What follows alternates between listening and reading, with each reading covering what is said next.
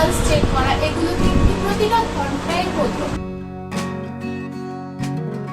একবার যদি লেফট সাইডে খাওয়ায় তাহলে নেক্সট টাইম রাইট সাইডে খাওয়াতে হবে। দুটো দিকে ব্রেস্ট মিল্কের টেস্ট দুরকম হতে পারে। বাচ্চা যদি কোনো সময় একদিক থেকে না চায় তাকে অন্য দিকটা খাওয়াতে হবে। ওটির পরে কখনোই মানে মাথায় বালিশ, মাথার তলায় বালিশ নিয়ে শোয়াটা কিন্তু উচিত নয়।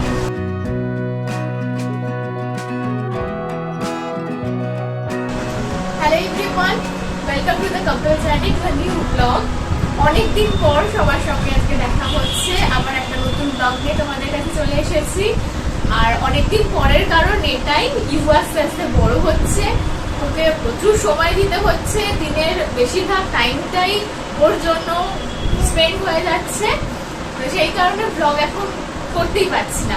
আর আজকেও দেখো ইভু একা থাকবে না, ওর বাবার কাছে থাকবে না, আমার কাছেই থাকবে, আমার কোলেই বসে থাকবে। ওই জন্য ইভুকে নিয়ে চলে এসেছি আজকে ব্লগটাতে। তো আজকে যে টপিকটা নিয়ে তোমাদের সঙ্গে শেয়ার করব সেটা হচ্ছে আমার হসপিটাল এক্সপিরিয়েন্স। এটা অনেকদিন আগেই শেয়ার করা উচিত ছিল, হসপিটাল থেকে ফিরেই যদি আমি তোমাদের সঙ্গে ব্লগে এটা শেয়ার করতে পারতাম তাহলে ভালো হতো। এখন তো প্রায় 6 মাসের কাছাকাছি হয়ে গেছে, এতদিন পর আমার সবকিছু ঠিক মতো মনে থাকবে কিনা জানি না, তবুও চেষ্টা করছি যে হসপিটালে আমি 5 দিন ছিলাম, সেখানকার এনভায়রনমেন্ট বা হসপিটালে থাকাকালীন যা যা সিচুয়েশন ছিল বা নতুন মায়ের যে যে স্টেজগুলো যায় সবকিছু তোমাদের সাথে শেয়ার করছি, যাতে যারা নতুন মা হতে চলেছে বা হবে তাদের অন্তত একটু আইডিয়া হতে পারে। কারণ কি আমি ওটা ফেস করেছিলাম হসপিটালে যাওয়ার আগে, যে ওই ফ্রেজটা কেমন কাটবে বা কিভাবে কাটবে, আমারও অনেক কিছু কোয়ারি ছিল। তো আমি তাই জন্য তোমাদের সাথে আমার ওই 5 দিনের এক্সপিরিয়েন্স শেয়ার করছি। তো অ্যাজ ইউজুয়ালি নর্মালি সবাই যেটা বলে থাকেন যে প্রেগনেন্সি পিরিয়ডে যত দিন এগোতে থাকে সবাই জিজ্ঞেস করে যে ফাইনাল ডেট কবে, মানে ডিউ ডেট কবে ডক্টর দিয়েছেন। আমার ক্ষেত্রে ডক্টর কিন্তু কখনোই ডিউ ডেট ডিক্লেয়ার করেনি, মানে ফার্স্ট থেকেই। আমি জাস্ট রিপোর্টে একটা এক্সপেক্টিং ডেট থাকতো, যখন যখন টেস্টগুলো হতো লাইক অ্যাজ টিবিএস বা অ্যানিমালি স্ক্যান, এইসব রিপোর্টগুলোতে ডেটটা দেওয়া থাকতো। তো আমি সেখানে দেখতাম যে আমার ফার্স্ট যখন ডেটটা এসেছিল তখন জানুয়ারিতে, মানে জানুয়ারি ফার্স্ট উইক, তারপর সেটা আরো এগিয়ে ডিসেম্বরের লাস্ট উইকে আসে। এইভাবে দিন যত এগোতে থাকে, আমার জাস্ট 2 উইকস আগে ডক্টর, মানে 36 উইকে যখন আমি চেক আপ করাতে যাই তখন আমাকে ডক্টর ফাইনাল ডেট দেন যে 12 ডিসেম্বর হচ্ছে ফাইনাল ডিউ ডেট। তো সেই মতে আমরা প্রিপারেশন নিই এবং 11 ডিসেম্বর পর্যন্ত আমি চেষ্টা করেছিলাম নিজেকে সমস্ত কাজের মধ্যে অ্যাক্টিভ রাখার। আমি নিজে থেকে চাইতাম যে সবকিছু করতে, এবং আমার হেল্পিং হ্যান্ড সেভাবে কেউ ছিল না। পাভেল সবসময় পাশে থাকতো, যতটা হেল্প করার ততটা অব্দি করেছে। এবং সেই ভর্তি হওয়ার আগের দিনটা, সেই দিনটা কিন্তু মানে সত্যি একটা নতুন মায়ের কাছে, এক্সপেক্টিং মায়ের কাছে একটা ভাইটাল ডে। কারণ পরের দিন তার ডেলিভারি হবে, একটা নতুন প্রাণ পৃথিবীতে আসবে, সেটা নিয়ে অনেক রকম আশা, চিন্তা, ভয়, টেনশন, সমস্ত কিছু একটা মানে মিক্স, কি বলবো, এক্সপেকটেশন থেকে যায়। তো যাই হোক, 11 ডিসেম্বর রাত্রের ঘুমটা মানে মনে হয় যে ঘুমিয়ে নি, কাল থেকে কি হবে তো জানি না, আবার চিন্তায় ঘুমটা আসেও না। আমারও এরকম একটা মিক্সড আপ সিচুয়েশন ছিল। তো 12 ডিসেম্বর সকালবেলা উঠলাম, সকালে উঠে ফ্রেশ হলাম, আর ফ্রেশ হওয়ার পর ঠাকুরকে প্রণাম করলাম, যা যা ভালো কিছু চাওয়ার আছে সবটা ঠাকুরের কাছ থেকে চেয়ে নিলাম। তারপর আস্তে আস্তে প্রিপারেশন নিলাম যে আমাদের 8টার মধ্যে ওখানে ঢোকার কথা, অ্যাডমিট হওয়ার কথা ছিল, টাইম মতো পৌঁছে গিয়েছি। আর ডক্টর বলেছিলেন যে ফার্স্ট আওয়ারে যেহেতু সি সেকশন ডেলিভারি হবে, তো সেই জন্য জল খাওয়া যাবে না। আগের দিন রাত্রেই যতটা জল খাওয়া সবটা খেয়ে নাও, সকাল থেকে কোনো রকম জল খাওয়া যাবে না। আর যেটা বারণ করা হয় সেটা করারই ইচ্ছে হয়। সকাল থেকে একটু প্রচন্ড পরিমাণে জল তেষ্টা পাচ্ছে, কিন্তু খাওয়ার কোনো অপশন নেই, ডক্টর বারণ করেছে, নিজেরা সাহস করে খেতেও পারছি না। হসপিটালে ভর্তি হওয়ার পরে, অ্যাডমিট হওয়ার পরে আমরা ওখানে জিজ্ঞেস করলাম নার্সদের যে খাওয়া যাবে কিনা, তো তখন ওই 1 চিপি মতো জল আমাকে খেতে দিয়েছে। তো যাই হোক, 8টার মধ্যে ভর্তি হয়ে যাওয়ার পরে যখন আমি মেটারনিটি ওয়ার্ডে ঢুকলাম, সেখানে গিয়ে ড্রেস আপ করা, ড্রেস চেঞ্জ করা, কারণ যেটা বাড়ি থেকে পরে গেছে সেটা চেঞ্জ করে ওটির যেটা ড্রেস হয় সেই অ্যাপ্রনটা পরিয়ে দেওয়া হলো একবারে। চুল টুল বেঁধে দিলেন যারা আয়ামাসিরা ছিলেন। আরেকটা ব্যাপার যেটা বলি যে মেয়েদের ক্ষেত্রে যে ইন্টিমেট পার্টটা থাকে সেটা চেষ্টা করা উচিত বাড়ি থেকে ক্লিন করে যাওয়ার, কারণ সেটা বেশি ভালো হয়। কারণ বাইরে গিয়ে অন্য কারোর কাছে ক্লিন করা একটা হেজিটেশন থাকে বা অনেকে সেইখানটা সুইটেবল মনে করে না, তো নিজে থেকে যতটা পারা যায় সেটা করে নেওয়ার দরকার। এই ফর্মালিটিস গুলো হয়ে যাওয়ার পর কিছু অফিসিয়াল ফর্মালিটিস থাকে, যেরকম আধার কার্ড, আইডি প্রুফ গুলো জমা দেওয়া বা ডক্টরের এই 9 মাসের চেক আপের যা যা প্রেসক্রিপশন আছে, রিপোর্টস আছে, সেগুলো সব জমা করা। এইসব কাজগুলো হয়ে যাওয়ার পরে আমি জাস্ট ওয়েট করি। আমার ওটি টাইম 10:30 থেকে 11টা ছিল, কারণ ডাক্তার তার আগে দুটো সিজারিয়ান কেস ছিল, তো সেগুলো কমপ্লিট করে আসবেন। অন্য একটা হসপিটালে ছিল। অ্যাজ ইউজুয়াল 10টা 10:30টায় আমাকে ওটিতে নিয়ে যাওয়ার কথা, তো সেই মতো আমি ওয়েট করতে থাকি। 9টার মধ্যে আমার সমস্ত কিছু কমপ্লিট হয়ে যায়, তো আমি বেডে শুয়ে থাকি। শুয়ে অনেক রকম চিন্তা ভাবনা মাথার মধ্যে আসতে থাকে, আর তখন মনে হয় যে কেন এতক্ষণ ওয়েট করাচ্ছে, মানে কত তাড়াতাড়ি মানে কি বলবো ওটিতে যাবো আর ফাইনাল রেজাল্টটা বেরিয়ে যাবে। তো সেটা তো আমাদের হাতে থাকে না। এবং ডক্টর তারপর বললেন যে আর একটু দেরি হবে আসতে, 10টার সময় ভিজিটিং আওয়ার্স। তো ভিজিটিং আওয়ার্সে আমার যারা পরিচিত আছে সবাই দেখা করতে গেলেন, তখন সবাই গিয়ে আর কি মাথায় হাত বুলিয়ে সান্ত্বনা দিল, না কোনো ভয় নেই, চিন্তা নেই। কিন্তু যার হয় সে বোঝে যে সেই সময়টা কি স্টেজ দিয়ে আমরা যাই। তারপরে আস্তে আস্তে 10টা 11টা 11:30টার সময় আমাকে নক করা হলো যে এবার প্রিপারেশন নিতে হবে ওটিতে যাওয়ার জন্য। আচ্ছা হ্যাঁ তুমি শোনো হ্যাঁ আমি বলছি তো এই গল্পটা শোনো। তো তার আগে যেটা হলো চ্যানেল করা হলো, হাতে চ্যানেল করা হলো, স্যালাইন দেওয়া হলো। স্যালাইন দেওয়ার পর স্যালাইনটা চলতে থাকছে, কিন্তু তখন কোনো রকম জল বা খাবার এগুলো অ্যালাউ নয়। কি হয়েছে হ্যাঁ তাই বলেছে। আচ্ছা 11:30 নাগাদ ওটিতে নিয়ে যাওয়ার প্রিপারেশন শুরু হলো। আমাকে তখন বেড থেকে নামিয়ে হুইল চেয়ারে বসে স্যালাইনটা হাতে ধরানো হলো, আর সঙ্গে আয়ামাসি ছিলেন, নার্স ছিলেন। ওনারা সমস্ত রিপোর্টস পেপারস যা যা আছে সেগুলো সব নিয়ে আমাকে ওটিতে নিয়ে গেলেন। ওটিতে ঢোকার আগে মানে আমার তখন মনে নেই যে 4th ফ্লোর থেকে বোধহয় 1st ফ্লোরে ওটিতে নিয়ে যাওয়া হয়েছিল, লিস্টে করে নাম্বার হয়েছিল। আর তখন এত তাড়াতাড়ি সব প্রসেসিং গুলো হচ্ছিল, মানে নিজে ভাবার বা কি হচ্ছে সেই অপশনটা পাইনি। যাবে আসবে, এসো এসো, তোমারই গল্প বলছি মাম্মা, তোমারই গল্প বলছি বাবা, এসো। তো সেখানে ওটিতে যাওয়ার আগে তো বাড়ির লোকের সাথে একবার মিট করানো হয়। আমি ওটিতে ঢুকবো সেই সময় জাস্ট আমাকে বললো যে বাড়ির লোকের সাথে দেখা করে নাও, অ্যানাউন্সমেন্ট করা হলো। আর তখন আনফর্চুনেটলি পাভেল কোনো একটা অফিসিয়াল কাজে বিজি হয়ে গেছিল, ও আসতে পারেনি। আমার তখন এতটা মানে খারাপ লাগছিল, বা খারাপ ঠিক একটা স্ট্রেংথ হয় না যে নিজের কাছের মানুষকে যদি একবার লাস্টলি দেখা যায়। আমি জানি না ওটিতে গিয়ে কি হবে বা ওটি থেকে বেরোনোর পর কি অবস্থায় থাকবো। তো তখন মনে হয় যে নিজের কাছের মানুষটা যদি একবার দেখতে পেতাম বা একটা স্ট্রেংথ পাওয়া যেত খুব ভালো হতো। যাই হোক সেটা আমার ক্ষেত্রে আর হয়নি। ও আসা পর্যন্ত ওখানে ওয়েট করেনি, আর খুব তাড়াতাড়ি সমস্ত কাজগুলো হচ্ছিল। মানে ওপর থেকে আমাকে নামালো, জাস্ট সঙ্গে সঙ্গে ওটিতে নিয়ে যাওয়া হলো। ওটিতে গিয়ে সমস্ত যা যা প্রসেসিং গুলো স্টার্ট করার, ইনজেকশন, অ্যানেস্থেশিয়া যা যা থাকে, মানে প্রচুর কিছু হয়। এখন সবকিছু মনেও পড়ছে না, তবে হ্যাঁ যখন অ্যানেস্থেশিয়া দেওয়া হয়েছিল তখন আমাকে ডক্টর বললেন, মানে অ্যানেস্থেসিস্ট যিনি স্পেশালিস্ট ছিলেন উনি বললেন যে ঘাটটা নিচু করে বসতে। আমি আমার ওটি এক্সপিরিয়েন্সে শেয়ার করেছিলাম এটা, তো অতটা ইন ডিটেলে যাচ্ছি না। যে ঘাটটা নিচু করে বসে আমার স্পাইনে 2টো ইনজেকশন দেওয়া হয়েছিল। তো সেটার পরে আস্তে আস্তে অবশ্য হয়ে গেল, এবং উনি সেটা বলেছিলেন যে পায়ের মানে পাটা আস্তে আস্তে ঝিমঝিম করতে শুরু করবে, তখন আর নাড়াতে পারবে। তো দেখলাম সেটাই হলো। ওটি এক্সপিরিয়েন্স আমি আর ডিটেলসে যাচ্ছি না, অলরেডি আমি আগের ব্লগে শেয়ার করে নিয়েছি। ওটিতে যেটা হয়েছিল 11:30 থেকে তো প্রসেসিং শুরু হলো। 11:50 আমি দেখলাম যে ওটির দরজা বন্ধ হলো। ডক্টর ভেতরে ঢুকলেন, ডক্টরের যা যা কাজ সেগুলো শুরু হলো। 12:24 ও হয়েছে এবং ও হওয়ার মুহূর্তটা সত্যি আমি দেখিনি। আমার এতটা স্ট্রেংথ ছিল না যে আমি সেটা দেখবো। আমি প্রচন্ডই ভয় পেয়ে গেছিলাম। তো ওর কান্না শোনার পর আমি চোখ খুলেছিলাম, কিন্তু তখন আমি ওকে দেখতে চাইলাম। ওকে অলরেডি ওয়াশ করানোর জন্য নিয়ে যাওয়া হয়েছিল, আমি তখন দেখতে পাইনি। এবং 1:05 পর্যন্ত আমি ওটিতে ছিলাম। এতটা টাইম লাগার একটাই কারণ, ওটিতে আমার কিছু কমপ্লিকেশন ছিল, ডক্টর সেটা বলেছিলেন, সেই কারণে আমার একটু বেশি টাইম লেগেছিল। আর সেই সময় আমার মনে হচ্ছিল যে মানে কত তাড়াতাড়ি আমি বেরোবো, কারণ বাইরে যারা আছে তারা তো বুঝতে পারছে না যে এতক্ষণ কেন সময় লাগছে। আমি শুনতে পাচ্ছি ডক্টরদের মধ্যে কথাবার্তা চলছে, সেটা আমি বুঝতে পারছি, কিন্তু বাড়ির যারা বাইরে ওয়েট করছে তাদের কাছে তো একটা ভয়ের ব্যাপার, এতক্ষণ কেন লাগছে। যাই হোক, সাকসেসফুল ওটি থেকে বেরোনো হলো।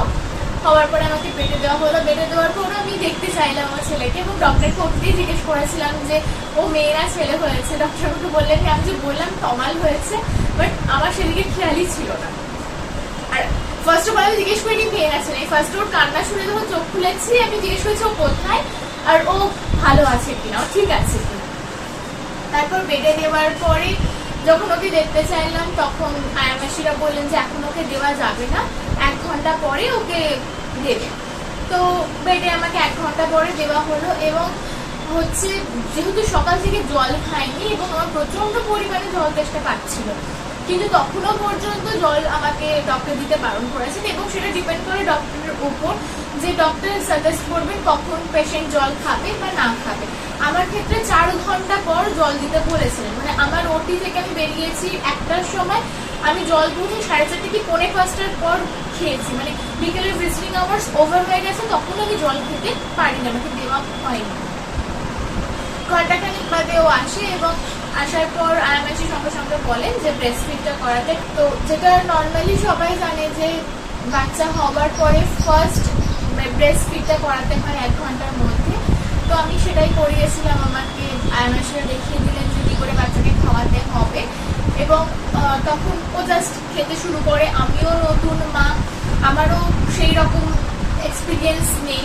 এবং তখন আমি যখন ফার্স্ট টাইম জল খাচ্ছি, মানে আমার জল তেষ্টা পেয়েছি, যখন আমাকে প্রথম জল দেওয়া হলো তখনও ফিট করছিল। আমি শুয়ে শুয়ে ফিট করাচ্ছিলাম, কারণ তখন তো সেদিন বসার মতো অবস্থা ছিল না। এবং ওটি থেকে আসার পরও নিচের পোর্শনটা কোমর থেকে পা পর্যন্ত তখনও অবশ্যই রয়েছে এবং শরীরটা খুব কাঁপুনি দিচ্ছিল। তো কাঁপুনি যখন দিচ্ছিল তখন ওকে আমার পাশ থেকে নিয়ে যাওয়া হলো, কারণ বললো যে বাচ্চার যেন এই এফেক্টটা না পড়ে। তারপরে সেটা ঠিক হয়ে যাওয়ার পর ওকে আবার আমার পাশে দেওয়া হলো। আমি ওকে শুয়ে খাওয়াচ্ছিলাম এবং আমার যখন জল তেষ্টা পেয়েছিলাম তখন আয়ামাসিকে বললাম যে আমার জল তেষ্টা পেয়েছে, কিন্তু আমি এখন তোকে মানে জল খেতে পারবো না, আমি ওকে খাওয়াচ্ছি। মানে আমার মনে হচ্ছিল আমি যে ঢোক গিলবো ওর তাতে কোনো অসুবিধা হবে না। তো তো এটা আমার কাছে মনে হয়েছে অ্যাজ এ নিউ মম, আমি তো কিছুই জানি না তখন যে কোনটা সুবিধার কোনটা অসুবিধার, কোনটা ঠিক কোনটা ভুল। আয়ামাসি বললো না, এরকম কোনো কারণ নেই, তুমি জল খেতেই পারো, তাতে ওর কোনো সমস্যা হবে না। তো প্রথম দিনের সন্ধ্যেটুকু কাটলো। তখন আস্তে আস্তে যখন এই অ্যানেস্থেশিয়ার রেস্টটা আস্তে আস্তে কমতে থাকছে, তখন ব্যথাগুলো ফিল হচ্ছে, একটু একটু করে পেন হচ্ছে। যখন পেন হচ্ছে তখন ওখানে যারা নার্স ছিলেন তাদেরকে বললাম, তারা সময় সময় ইঞ্জেকশন টুকু করে দিয়ে যাচ্ছেন এবং প্রতিটা ঘন্টায় তারা অল টাইম চেক করছেন বিপি লেভেল, অক্সিজেন স্যাচুরেশন বা প্রেশার, যা যাগুলো রয়েছে সব কিছুই তারা প্রতি ঘন্টায় চেক করছেন এবং সেগুলো নোটও করছেন, কারণ ডক্টর যখন ভিজিটে আসবে তখন সেটা ডক্টরকে জানাতে হবে।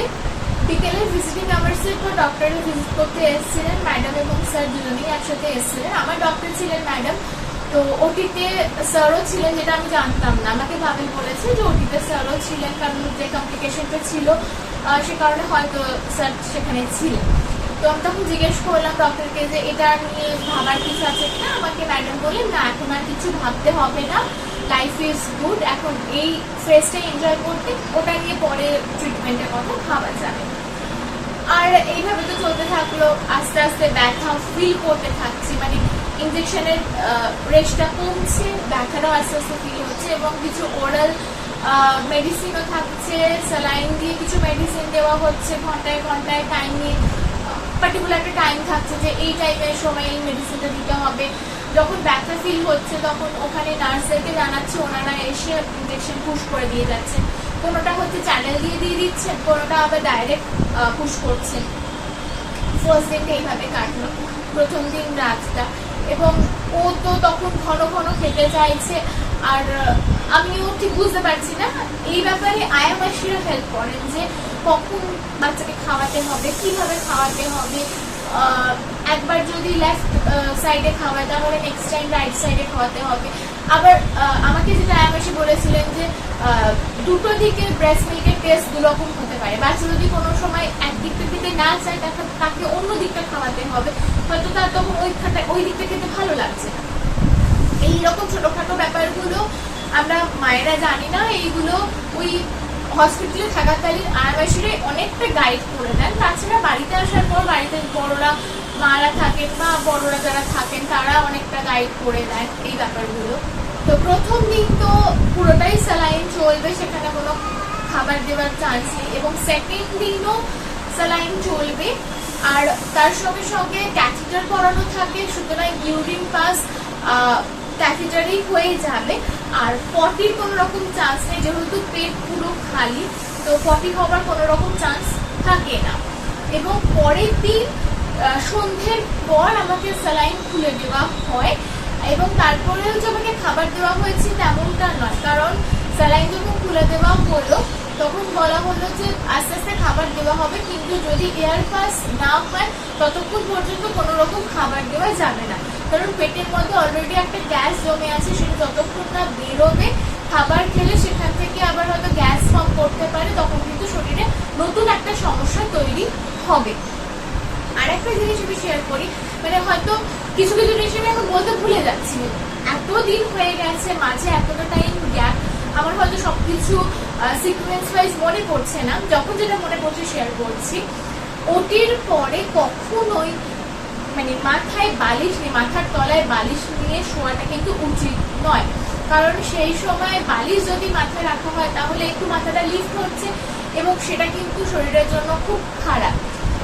আমিও চেয়েছিলাম যে আমাকে একটু বালিশ দেওয়া হোক, আমি একটু মাথাটা তুলতে পারি, বা বেড লিফট করা, বেডটা একদম প্লেন ফ্ল্যাট থাকে সেটা একটু তোলানো, সেটাও হবে না। কারণ তখন নাকি স্পাইনাল কর্ডে এই জায়গাটা ঘাড়ে নাকি খুব যন্ত্রণা শুরু হয়েছে, এবং সেটা মানে কি বলবো সিজারের থেকেও বেশি পেইনফুল।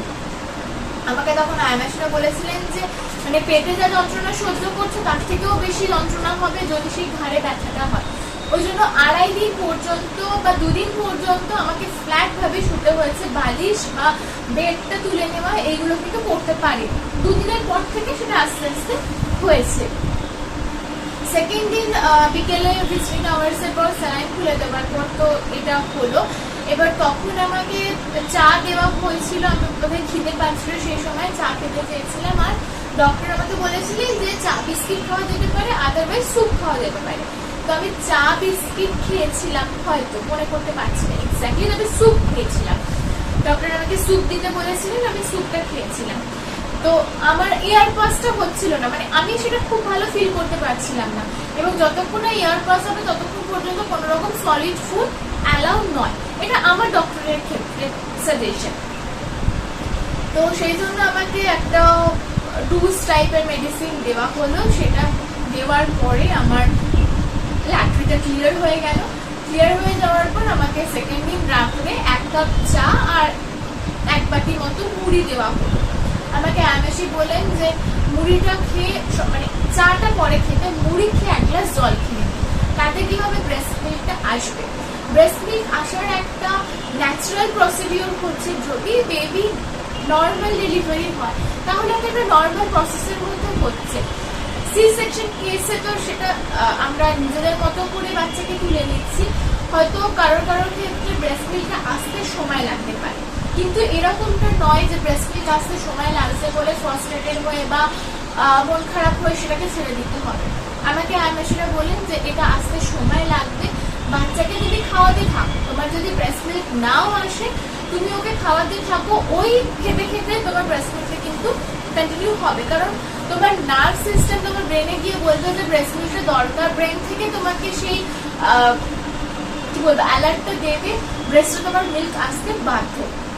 এবং যতক্ষণ না পর্যন্ত তুমি সলিড কিছু খাচ্ছ মিল্কের প্রসিডিওরটা সেভাবে কন্টিনিউশন হবে না।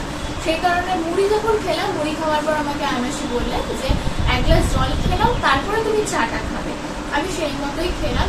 আর যেহেতু সেই গ্যাপটা হয়ে যাচ্ছিল, 1 দিন থেকে 2 দিনের মধ্যে সেই গ্যাপে খাবার ঠিক মতো পাচ্ছিল না, কন্টিনিউয়াস ও কাঁদতে শুরু করে এবং প্রচন্ড পরিমাণে কাঁদছে, প্লাস ও খাবারও চাইছে। আমি সেটা বুঝতে পারছি যে আমি ওকে খাবারটা দিতে পারছি না। আমি তখন ও ডক্টরের সাথে ও ডক্টরের সাথে কনসাল্ট করলাম, ডক্টরকে বললাম ভিজিটে আসতে। আমি ডক্টরকে জিজ্ঞেস করলাম যে বাচ্চা তো খেতে পারছে না, খাবার পাচ্ছে না। ডক্টর আমাকে একই কথাই বললেন যে ব্রেস্ট মিল্কটা আসতে একটু সময় লাগবে, আপনি যদি সেটা ধৈর্য ধরে বাচ্চাকে রাখতে পারেন, সহ্য করতে পারেন ওয়েল, আদারওয়াইজ উনি ফর্মুলা মিল্ক প্রেসক্রাইব করে দেবেন। যদি বাড়ির লোক পেশেন্ট পার্টি অ্যালাউ করছে ফর্মুলা মিল্ক দেওয়ার জন্য, তাহলে উনি সেটা প্রেসক্রাইব করে দিলে ফর্মুলা মিল্ক দেওয়া যাবে। তো আমি ডক্টরকে বললাম না, আমি ফর্মুলা মিল্ক ওকে দিতে চাইছি না, আমি কষ্ট করে হলেও বা ও যে কষ্টটা পাচ্ছে খাবার না পেয়ে আমি সহ্য করে নিচ্ছি, আমি ওকে ব্রেস্ট মিল্কটাই খাওয়াবো। তো যাই হোক, 2 দিনের পর থেকে সেই প্রবলেমটা হলো না। আর ডোজ দেওয়ার কারণে আমার ল্যাট্রিন যত ক্লিয়ার হয়ে গেল, আমি আস্তে আস্তে সলিড খাবার 3rd দিন থেকে খেতে শুরু করলাম। সকালবেলা 6টা সাড়ে 6টার মধ্যে চলে আসতো 1 কাপ লিকার চা, সঙ্গে 4টে বিস্কিট, মেরি বিস্কিট বা গ্রিন ক্র্যাকার বিস্কিট। তারপর 8টার মধ্যে চলে আসতো ব্রেকফাস্ট। ব্রেকফাস্টে নর্মালি দেওয়া হতো মুড়ি, কলা, ডিম, একটু তরকারি বা স্যুপ, যদি কেউ চায় তাহলে স্যুপ। ব্রেডও দেওয়া হতো, এমনটা নয়, বাট ব্রেডে কি হয়, অনেক সময় গ্যাসের প্রবলেম হয়। আর এই ডেলিভারির পর, আফটার ডেলিভারিতে গ্যাস কম করলে পটি ক্লিয়ার হতে একটা সমস্যা হয় এবং পেটে সেটা চাপ পড়ে। তো সেই জন্য ব্রেডটা অ্যাভয়েড করে যাওয়াই ভালো। তো সেটা হয়ে গেল যখন টিফিন আওয়ার্স কমপ্লিট হয়ে গেল, 10টা থেকে ভিজিটিং আওয়ার্স। ভিজিটিং আওয়ার্সে বাড়ির লোকজন আসছে, দেখা হয়ে যাচ্ছে। এবং হ্যাঁ, এটা কি হসপিটালে অল টাইম প্রতিটা ঘন্টায়, আমি যেটা বললাম আগেও, যে 5টা দিন ছিলাম, 5টা দিন প্রতি ঘন্টায় বিপি চেক করা, অক্সিজেন চেক করা, পালস চেক করা, এগুলো কিন্তু প্রতিটা ঘন্টায় হতো। এবং দিনে 2বার করে ফ্লোর ক্লিন হতো ভিজিটিং আওয়ার্সের পর। সকালে ভিজিটিং আওয়ার্সের পর পুরো ফ্লোর ক্লিন হতো, বিকেলের ভিজিটিং আওয়ারের পরও ফ্লোর ক্লিন হতো। বাচ্চাকে প্রথম দিনটা বাদ দিয়ে ডেলিভারির পরের দিন থেকে বাচ্চাকে হালকা গরম জলে ওয়াশ করানো হতো এবং ওয়াশ করানোর পর ড্রেস চেঞ্জ করা। ইভেন আমাদেরও হতো সকালবেলা উঠে আমরা ফার্স্ট মর্নিংয়ে ব্রাশ করে এসে, ব্রাশ হয়তো যারা 2 দিন বা 3 দিন হয়ে যাচ্ছে আফটার ডেলিভারি, তারা হয়তো যেতে পারছে ওয়াশরুমে, না হলে আয়মাসিরা একটা গামলা মতো এনে দিচ্ছে, মগে করে আমরা বেডে বসেই ব্রাশ করে নিচ্ছি। ব্রাশ করার পর আমরা সকালে চা হোক, ব্রেকফাস্ট হোক, সেগুলো করে নিচ্ছি। এবং আমাদেরকেও গামছা ভিজিয়ে স্পঞ্জ করে গাটা মুছিয়ে দেওয়া হতো, ড্রেসটাও চেঞ্জ করে দেওয়া হতো। প্রতিদিন এই কাজগুলো হতো, ওয়েল মেনটেন করা হতো হাইজিন ব্যাপারগুলো, বাচ্চার হোক কিংবা মায়ের হোক। আর সেই সময় তো একটা ব্লিডিং এর ব্যাপার থেকেই যায়।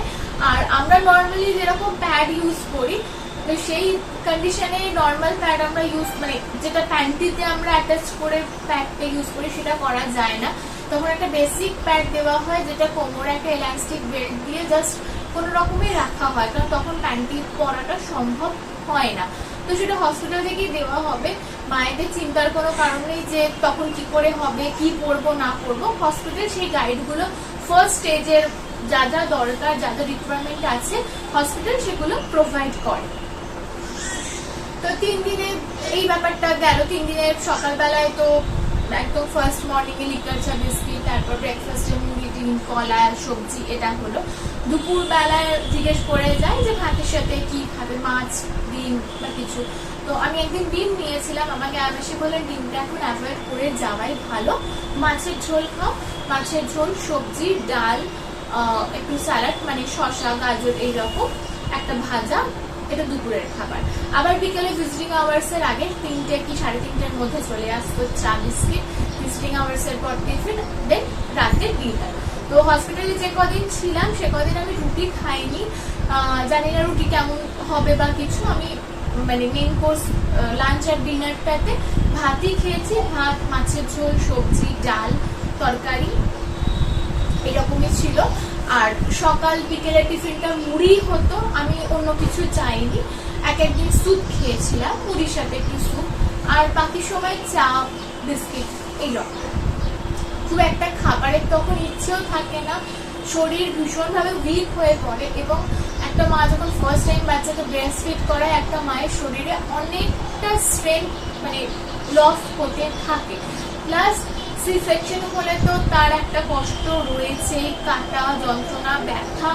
আর আমি ম্যাটারনিটি ওয়ার্ডে ছিলাম, কেবিনে ছিলাম না, কারণ আমি শুনেছিলাম যে কেবিন হলে বাড়ির লোককে একটা কি বলবো অ্যাটেনশন দিতেই হয় অনেক সময়। আমার কেবিনে থাকার মতো সেরকম কেউ ছিল না, সুতরাং আমি ওই জন্য কেবিনে থাকলে আমার সেটা কতটা কেয়ার নিতে পারবে না পারবে বাড়ির লোককে থাকার দরকার। আমার কেবিনে অ্যাটেন্ড করার মতো কেউ ছিল না বলে আমি ম্যাটারনিটি ওয়ার্ডে ছিলাম।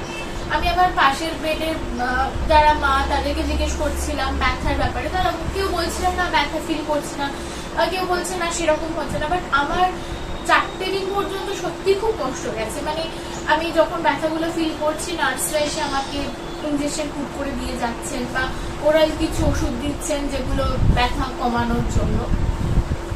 3 দিন 4 দিন এইভাবেই কাটে। সেকেন্ড দিন রাত্রিটা খুব কষ্ট করে কেটেছিল, কারণ সেকেন্ড দিন রাত্রির প্রথম দিন আমার বাচ্চাও সেভাবে হ্যাবিচুয়েটেড পরিবেশের সাথে, আমিও নতুন মা, একরকম ভাবে কেটে গেছে। সেকেন্ড দিনটা ওর যেটা প্রবলেম হয়েছিল যে যেহেতু খাবার পাচ্ছিল না, কন্টিনিউয়াস ও খেতে চাইছে, আর আমার কাছে তখন খাবার নেই, কিভাবে খাবারটা দেব। তো 3 দিনের পর থেকে সমস্যাটা মিটে গেছে অনেকটাই। আস্তে আস্তে 3 দিন 4 দিন হলো, এবং 3 দিনের দিন আমার ক্যাথিটারটা খুলে দেওয়া হলো। সকালবেলায় আমাকে খুলে দেওয়া হয়েছে। তখন আমাকে বলা হলো যে এবার ওয়াশরুমে গিয়ে ইউরিন বা পটি যাই হোক সেটা ওয়াশরুমে গিয়ে করতে হবে। আর সেদিন থেকেই আস্তে আস্তে বলা হলো যে এবার হাঁটতে চেষ্টা করো, কারণ না হাঁটতে পারলে তো হবে না। আর আমি সত্যি কথা ভীষণ উইক হয়ে পড়েছিলাম, আমি বিছানা থেকে উঠতেই পারছিলাম না, কষ্ট করে উঠতাম। খেতে বসার সময় টেবিলটা সামনে দেওয়া হতো, মানে যতটা পারতাম আমি সামনে নিতাম, মানে 8 ঠিক এইভাবে বসে আমি খেতাম, স্ট্রেট হয়ে বসতে পারতাম না, পেটে প্রচন্ড লাগতো। কিন্তু আমাকে তো হাঁটতে হবে, আস্তে আস্তে নর্মাল লাইফে ফিরতে হবে।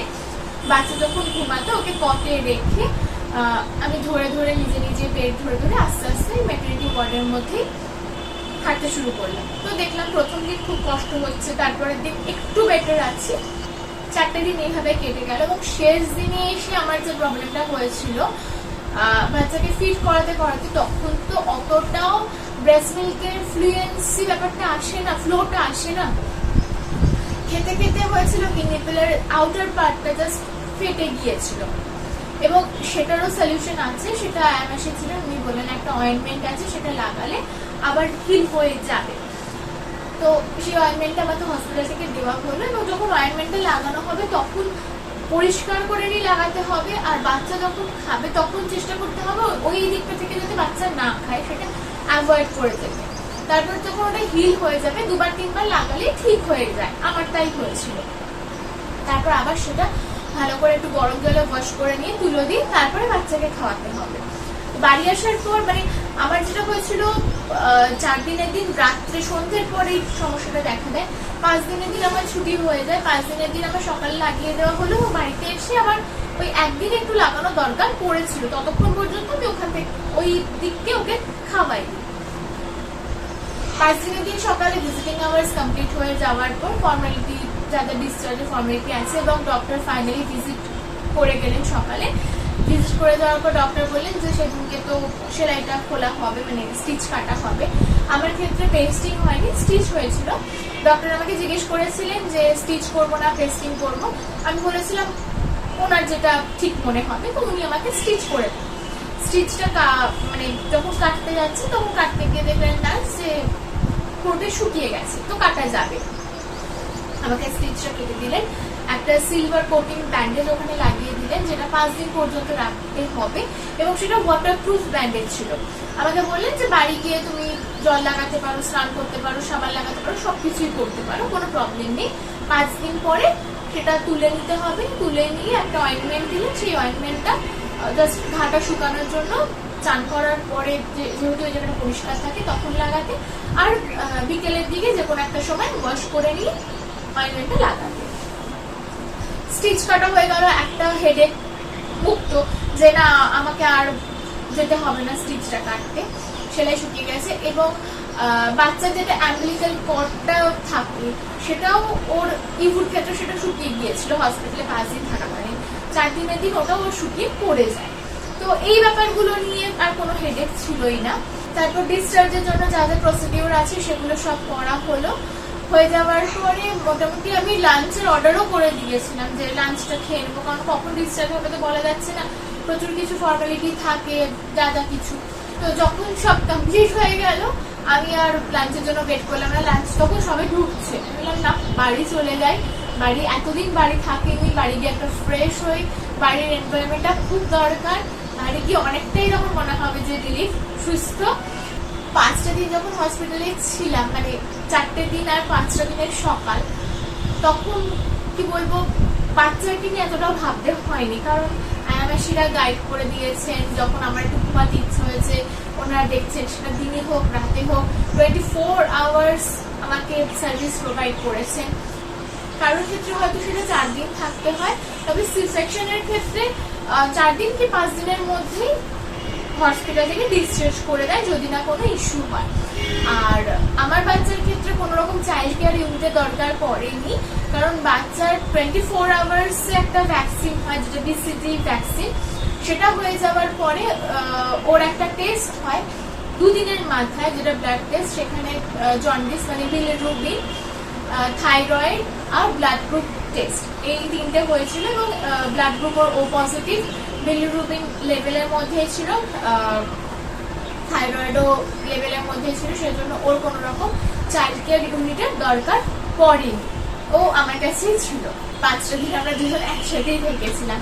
আর একটা ব্যাপার হচ্ছে বেবি কট যেটা দেওয়া হয়, ও তো বেবি কটে একটা দিনের জন্য থাকেনি, মানে শুরুর দিন থেকে শেষ দিন পর্যন্ত আমার সাথেই আমার পাশে আমার বেডেই শুয়েছে।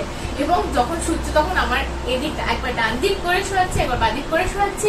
যখন জেগে থাকছি বা বসে মানে বসতে যাবে থেকে পাচ্ছি তবে থেকে বসেই ফিট করাচ্ছি। এইভাবে কেটে গেছে 5টা দিন। হসপিটালে 5 দিন থাকার জন্য যে জিনিসগুলো ম্যান্ডেটরি সেটা হচ্ছে যে নিজের ড্রেস, হসপিটাল থেকে যদি অ্যাপ্রন দেয় সেটাতে কমফর্ট ফিল হবে কি হবে না, তার জন্য নিজের ড্রেসটা ক্যারি করা ভালো। আর সেটা যদি নাইটি হয় খুব ভালো হয়, ফ্রন্ট বাটন দেওয়া, কারণ তাকে ফিট করাতে সুবিধা হবে। চিরুনি, ব্রাশ, পেস্ট এগুলো ক্যারি করা দরকার। এগুলো অনেক সময় হসপিটাল থেকে প্রোভাইড করে, বাট আমরা নিজেরা নিজেদের জিনিসটাতে বেশি কমফর্ট ফিল করি। একটা গামছা বা হ্যান্ড টাওয়াল হাত মোছার বা গা স্পঞ্জ করার জন্য দরকার। বাচ্চাকে র্যাপ করার জন্য একটা টাওয়াল, খুব সফট কটন টাওয়াল হলে ভালো হয়। বাচ্চা দুটো একদম বেসিক ড্রেস, জাস্ট একটা নিউবর্ন বেবি যেরকম ড্রেস পরে সেরকম 2 বা 3টে ড্রেস রাখা, কারণ ওই কটা দিন তো চেঞ্জ করে করে পরবে। এইরকম কিছু জিনিস ক্যারি করতে হবে। স্যানিটাইজার এখন তো মাস্ট হয়ে গেছে, সেটা সঙ্গে রাখা দরকার, বাট হসপিটাল থেকেও সেগুলো দেওয়া হয়। আর মায়েদের মেটারনিটি প্যাড নিয়ে চিন্তা করার কোনো কারণ নেই, কারণ সেই সময় আমরা নিজেরাও বুঝতে পারি না যে আমাদের জন্য কোনটা দরকার, সেটা হসপিটাল থেকেই দিয়ে দেওয়া হবে। বাড়ি এসে সেটা ভাবনা চিন্তা করা যেতে পারে। তবে আমি একটা মেটারনিটি প্যাড সাজেস্ট করবো, আমি এই মুহূর্তে সেটা তোমাদের দেখাতে পারছি না। অ্যাভিনা মেটারনিটি প্যাড, সেটা অনলাইন বা দোকানে কোনো মেডিসিন শপে অ্যাভেলেবেল পেয়ে যাবে তোমরা। আর বাচ্চার জন্য নরম যদি সুতির কাপড় থাকে, মানে আমাদের বাড়িতে যে পুরোনো শাড়ি, সুতির একদম সফট যে শাড়ি বা কাপড় বা ধুতি, এইরকম বাচ্চার জন্য তখন দরকার হয়। বাচ্চাকে মোছাতে হোক বা বাচ্চাকে শোয়াতে হোক তখন নরম কাপড়ের দরকার হয়। তো এই জিনিসগুলো সঙ্গে রাখা ভালো। তো এই ছিল আমার 5 দিনের হসপিটাল এক্সপিরিয়েন্স। মনে করে মনে হচ্ছে সবটাই তোমাদের সঙ্গে শেয়ার করে নিয়েছি। আজকের ব্লগটা তাহলে এখানেই শেষ করছি। আবার একটা নতুন ব্লগে তোমাদের সঙ্গে দেখা হচ্ছে। ততক্ষণ পর্যন্ত সবাই ভালো থেকো, সুস্থ থেকো, টাটা।